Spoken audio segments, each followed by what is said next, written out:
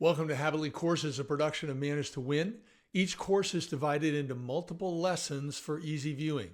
All are now completely free, so you can watch them on your own or work through them as a team. Please subscribe to this channel, leave a comment, and share your favorite lessons with others. Try to find something that helps you be your best. When we think about assessing talent, it really comes down to what are you going to do with the data? At Manage to Win, we do some very unique things with the reports that are produced from our Manage to Win talent assessments. So the dual perspective assessment can be 50 pages long or more. The triple perspective can be 60 pages long or more. How do you consider that data in an easy way? One of the ways is our summaries. So on every one of our talent assessments, we manually produce a summary that is 3 to 5 pages long. You can see on this first page, it's got my name. This actually is mine.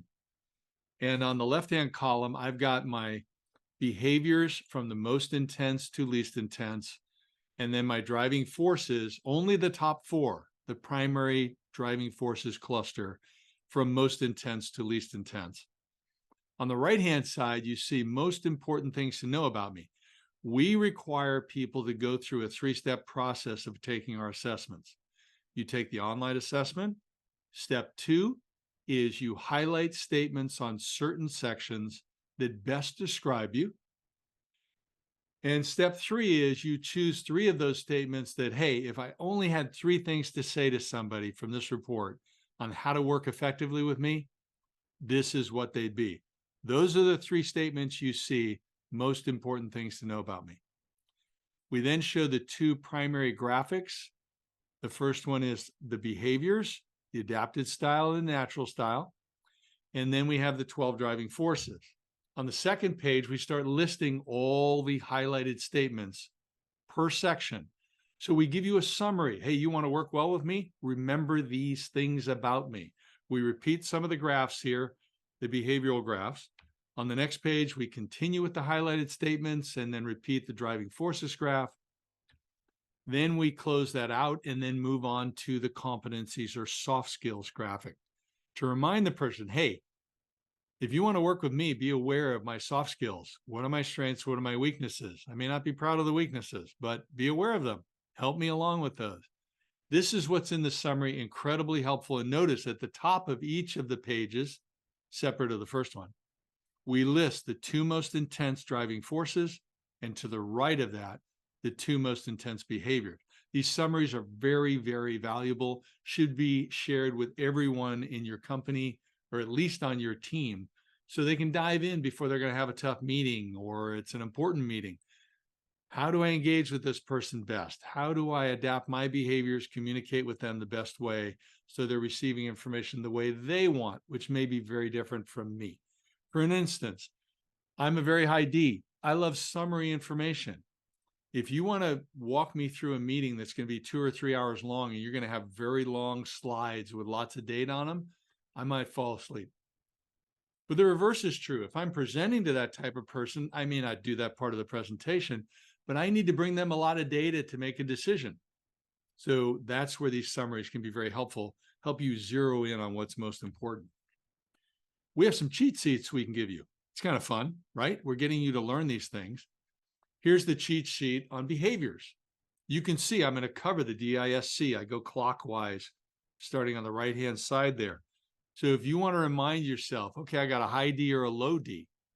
What are some attributes of this person in general? These are generalities, but what are some attributes that I want to keep in mind? Then I've got the I. All right, are they an extrovert or an introvert? What do I need to keep in mind? Steadiness, how they handle pace and work environment.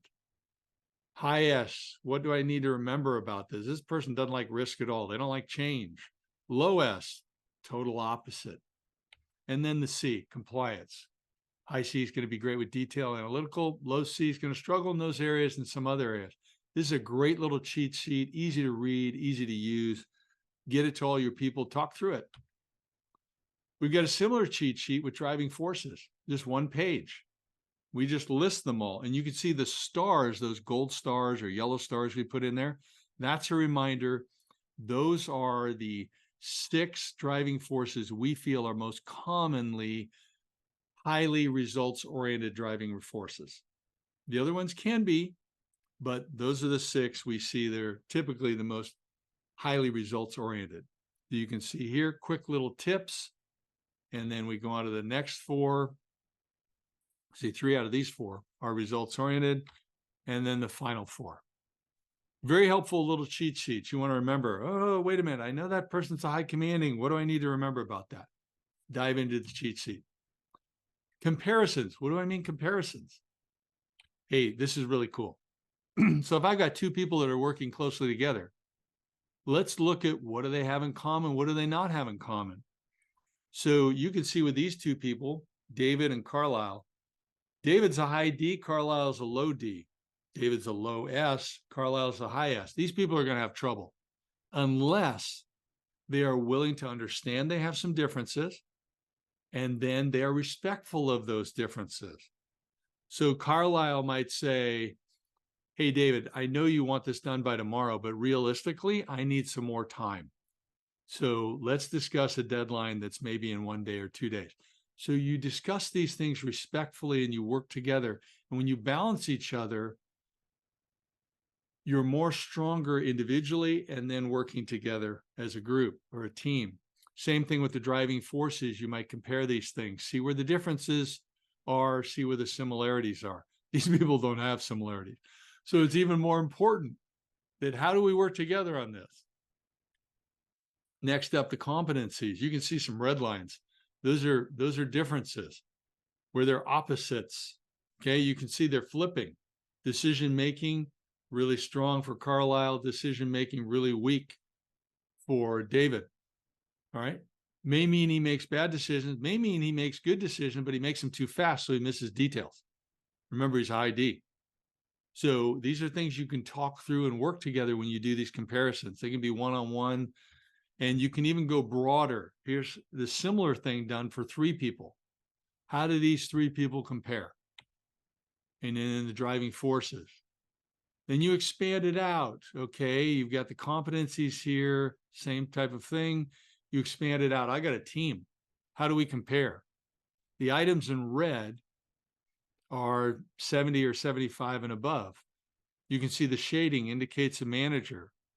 Where do we have some similarities? How balanced are we on the team with the behaviors we're looking for? What about the driving forces? How balanced are we? Are we getting drive from the different areas that we need drive? If not, then maybe on our next hire, we're going to look to make some changes.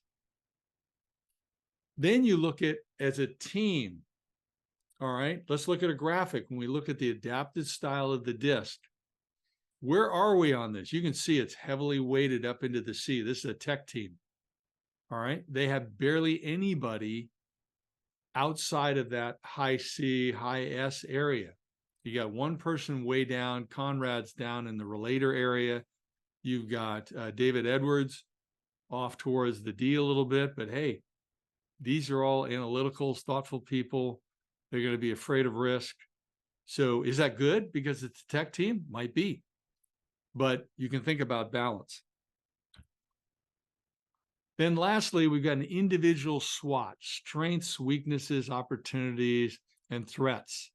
If we want to look at someone as an individual, what are some things we need to look at? What are their strengths? What are their weaknesses? What habits might they want to develop? These are all services we can provide. They can be extremely helpful, or we can give you the templates and you can create these on your own. So take a look, pass the exam, and the exam should be really light. And then what are you going to do differently? How could you utilize some of these tools? Maybe you're not utilizing them at all today. Take a look at them, put them to use. Very valuable. And then we got one more lesson, going to show you how we kind of walk through and train people as a team. That's also very valuable. It won't take you long. Thanks for being here.